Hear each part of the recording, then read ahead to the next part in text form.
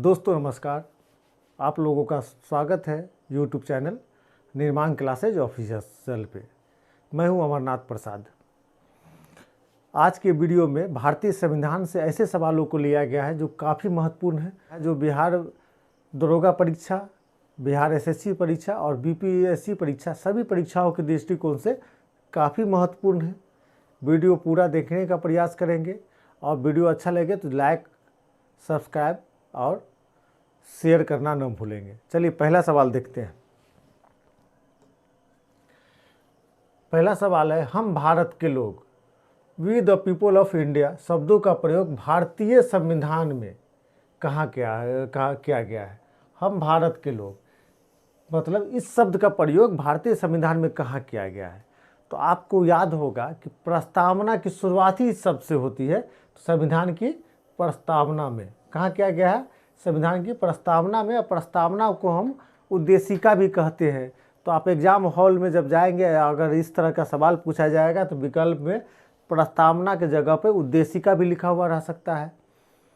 चलिए आगे बढ़ते हैं, इसका एक्सप्लेनेशन देख लेते हैं। भारतीय संविधान की प्रस्तावना हम भारत के लोग, we the people of India शब्दों से शुरू होती है। ठीक है, अतः भारत में लौकिक सार्वभौमिकता है। इसका अर्थ है जनता सर्वशक्तिमान है और किसी बाहरी सत्ता के अधीन नहीं है। चलिए आगे बढ़ते हैं। नेक्स्ट सवाल है, भारतीय संविधान की प्रस्तावना में धर्मनिरपेक्ष और समाजवादी शब्द जोड़े गए हैं। मतलब भारतीय प्रस्तावना में कब संशोधन करके या कौन सा संशोधन द्वारा समाजवादी और धर्मनिरपेक्ष शब्द को जोड़ा गया है। तो उत्तर हो जाएगा 42वां संविधान संशोधन द्वारा। देखिए 42वां संविधान संशोधन जो है उसको मिनी संविधान कहा जाता है। यह संशोधन इतना बड़ा संशोधन था कि भारत के संविधान के सभी आर्टिकल, सभी अनुच्छेद किसी न किसी रूप में प्रभावित हुआ था। इसलिए 42वां संविधान संशोधन को लघु संविधान कहा जाता है। एक्सप्लेनेशन देख लेते हैं। देखिए पहले यह जान लीजिए 42वां संविधान संशोधन कब हुआ था, 1976 में। और भारतीय संविधान की प्रस्तावना में समाजवादी, पंथ निरपेक्ष और अखंडता शब्द जोड़ा गया था। देखिए पंथ धर्मनिरपेक्ष शब्द और पंथ निरपेक्ष शब्द में अंतर है। अगर वास्तविकता में आप मानेंगे तो पंथ निरपेक्ष शब्द जोड़ा गया था, न कि धर्मनिरपेक्ष। तो 3 शब्द जोड़ा गया था, समाजवादी, पंथ निरपेक्ष और अखंडता।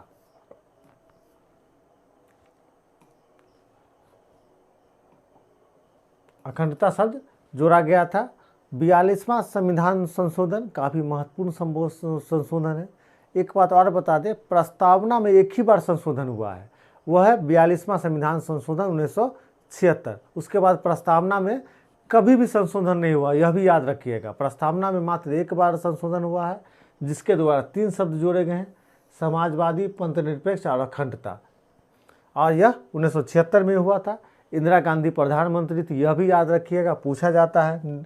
नेक्स्ट, किस वाद में सर्वोच्च न्यायालय ने सर्वप्रथम घोषित किया कि उद्देशिका संविधान का हिस्सा नहीं है, संविधान का हिस्सा नहीं है। देखिए इसका उत्तर हो जाएगा बेरूबारी केस में। बेरूबारी वाद में यह घोषित किया गया था कि उद्देशिका संविधान का हिस्सा नहीं है या प्रस्तावना संविधान का हिस्सा नहीं है। तो देखिए हमारा जो अनुच्छेद 368 है वह संविधान में संशोधन करने के लिए कहता है, लेकिन बेरूबारी मामले में यह कह दिया गया कि प्रस्तावना संविधान का हिस्सा नहीं है। इसका मतलब था कि अनुच्छेद 368 के तहत उद्देशिका में या प्रस्तावना में संशोधन नहीं हो सकता है, इसलिए प्रस्तावना में संशोधन नहीं हो रहा था। लेकिन केशवानंद भारती बनाम केरल राज्य वाद 1973 में यह निर्णय दिया गया कि प्रस्तावना या उद्देशिका जो है वो संविधान का अंग है। तो आप देखेंगे कि केशवानंद भारती बाद में जो फैसला आया उसके बाद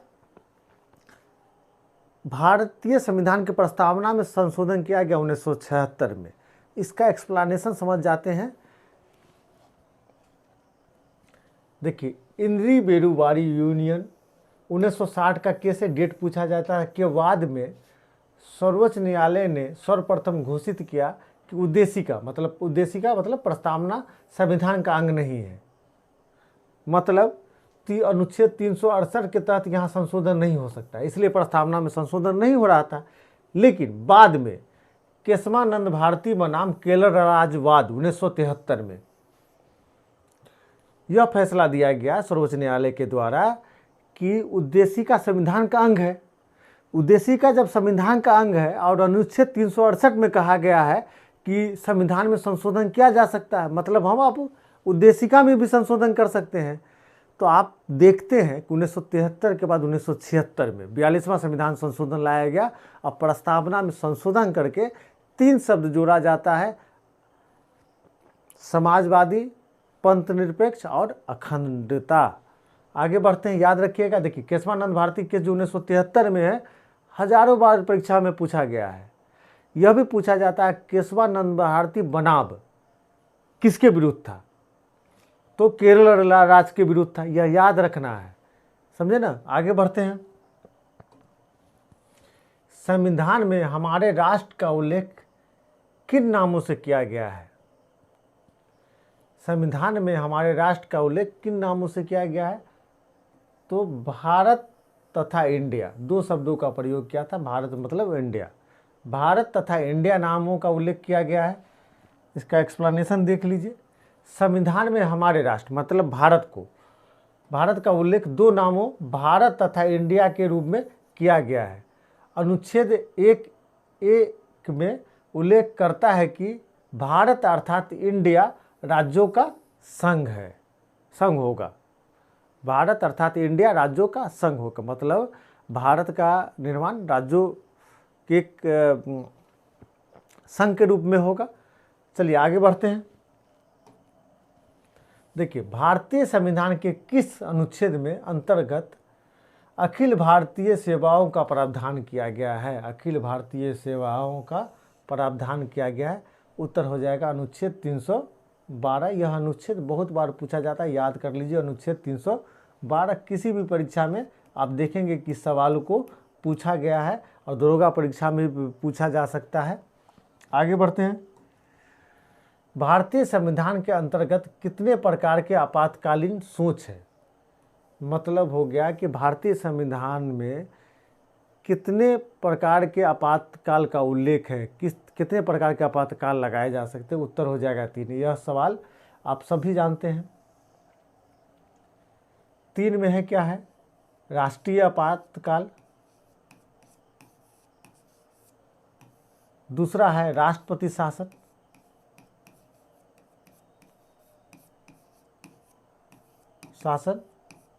और तीसरा है वित्तीय आपात।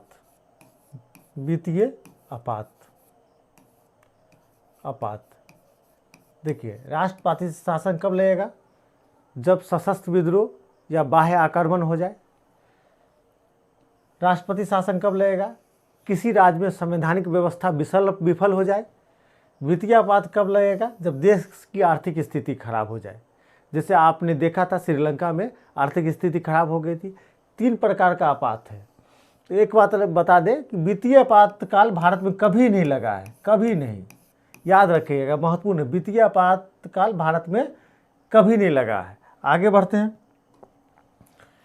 भारतीय संविधान के तहत 3 प्रकार के आपातकालीन प्रावधान किए गए हैं।